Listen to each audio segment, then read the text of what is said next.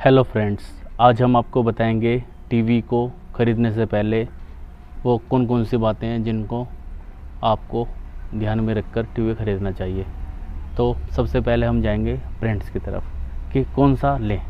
तो इसके लिए आपको ज़्यादा बड़े ब्रांड्स में जाने की ज़रूरत नहीं है। मार्केट में जो माइक्रोमैक्स का टीवी आ रहा है, वीयू का टीवी आ रहा है, ओनिडा का टीवी आ रहा है, इन्फिनिक्स का टीवी आ रहा है, वो भी बहुत ही ज़्यादा अच्छे ब्रांड्स हैं और ऐसा नहीं है कि वो अपनी क्वालिटी के साथ कोई कॉम्प्रोमाइज़ करते हैं। तो आप अगर जो देखना ही चाहते हैं तो आप इनके सर्विस सेंटर देखिए। अगर इन ब्रांड्स का सर्विस सेंटर आपके इलाके में है तो आप बिना किसी डाउट के इन टीवी के साथ जा सकती है, क्योंकि कोई भी कंपनी अपने किसी भी प्रोडक्ट के साथ कोई भी कॉम्प्रोमाइज़ नहीं करती।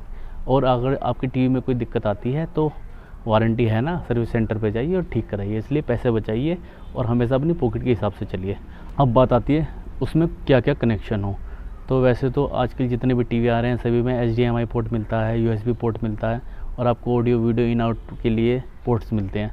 लेकिन जो सबसे ज़्यादा ज़रूरी पोर्ट है वो है 3.5 mm जैक, क्योंकि कई बार टीवी की साउंड इतनी सफिशिएंट नहीं होती कि हम अच्छे से मूवी का मज़ा ले पाएँ। बच्चे शोर करते हैं, परिवार में शोर रहता है, तो 3.5 mm का जैक होना बहुत ज़रूरी है, या ब्लूटूथ हो, तो इस चीज़ का भी ध्यान रखें। 3.5 mm जैक का सबसे बड़ा फ़ायदा ये है कि किसी भी समय आप अपने टीवी को अपने होम थिएटर से कनेक्ट करके अपनी टीवी की साउंड को बढ़ा सकते हैं और आप साउंड का अच्छे से भरपूर मज़ा ले सकते हैं। तो 3.5 mm जैक बहुत ही ज़्यादा ज़रूरी चीज़ है। या फिर ब्लूटूथ हो, ब्लूटूथ से भी आप अपनी स्मार्ट डिवाइस को कनेक्ट कर सकते हैं। कई बार ऐसा होता है कि घर में सब लोग सो रहे होते हैं और हमें टीवी देखना होता है, तो 3.5 mm जैक के माध्यम से आप बिना किसी को डिस्टर्ब किए टीवी का मज़ा ले सकते हैं। इसलिए 3.5 mm जैक या ब्लूटूथ हमेशा देखें। हम नॉन स्मार्ट टीवी लें या स्मार्ट टीवी लें, तो अगर आप नेटफ्लिक्स पे सीरीज़ नहीं देखते, अमेजन प्राइम पे सीरीज़ नहीं देखते और यूट्यूब पे आप कुछ भी नहीं देखते और केवल सिंपल ही आपके घर में केबल टीवी लगा है, तो दोस्तों कोई भी एक्स्ट्रा पैसा खर्च करने की ज़रूरत नहीं।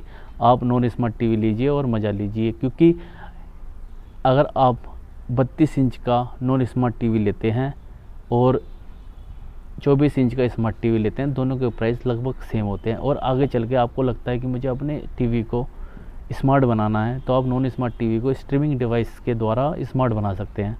तो अगर आपका ज़्यादा यूज़ नहीं है तो आप नॉन स्मार्ट टीवी लीजिए, कोई दिक्कत वाली बात नहीं। एक सवाल और, अक्सर टीवी ख़रीदने से पहले हमारे दिमाग में आता है कि किस साइज़ का टीवी हमारे रूम के हिसाब से परफेक्ट रहेगा और हमारी आंखों पर जोर भी नहीं पड़ेगा।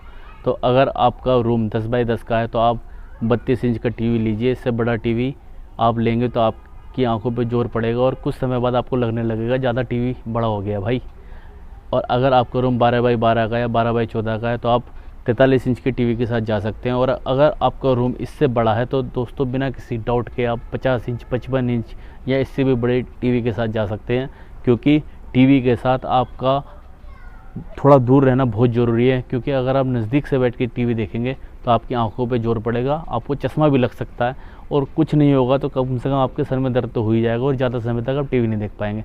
तो टीवी का जो साइज़ है ये बहुत मैटर करता है। इस हिसाब से आप टीवी का साइज़ डिसाइड कर सकते हैं। एक सवाल और हमारे दिमाग में आता है कि हम 4K टीवी लें, फुल HD टीवी लें या फिर हम स्मार्ट रेडी की टीवी लें। तो जो स्मार्ट रेडी है वो सबसे कम क्वालिटी है। ये मान लीजिए कि फुल HD से थोड़ा सा कम क्लियर चलता है। अगर आप हाई डेफिनेशन के साथ जाते हैं तो बिल्कुल क्लियर चलता है, और अगर आप 4K के साथ जाते हैं तो वो तो सुपर डुपर क्लियर चलता है। लेकिन इसके लिए आपको बहुत ज़्यादा पैसे भी खर्च करने पड़ेंगे। अगर आप ज़्यादा पैसे खर्च नहीं करना चाहते हो तो आप HD रेडी टीवी के साथ भी जा सकते हैं। इसमें भी किसी भी तरह की कोई दिक्कत नहीं आएगी, आपके जितने भी काम हैं वो आराम से हो जाएंगे।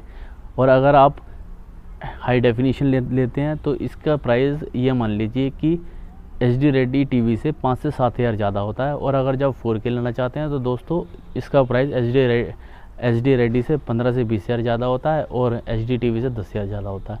तो आप अगर HD रेडी टीवी लेते हैं तो उसके साथ भी कोई दिक्कत नहीं है। तो दोस्तों मेरे हिसाब से तो ये सब चीज़ें हैं जो टीवी ख़रीदने से पहले आपको अब ध्यान रखने की ज़रूरत होती है।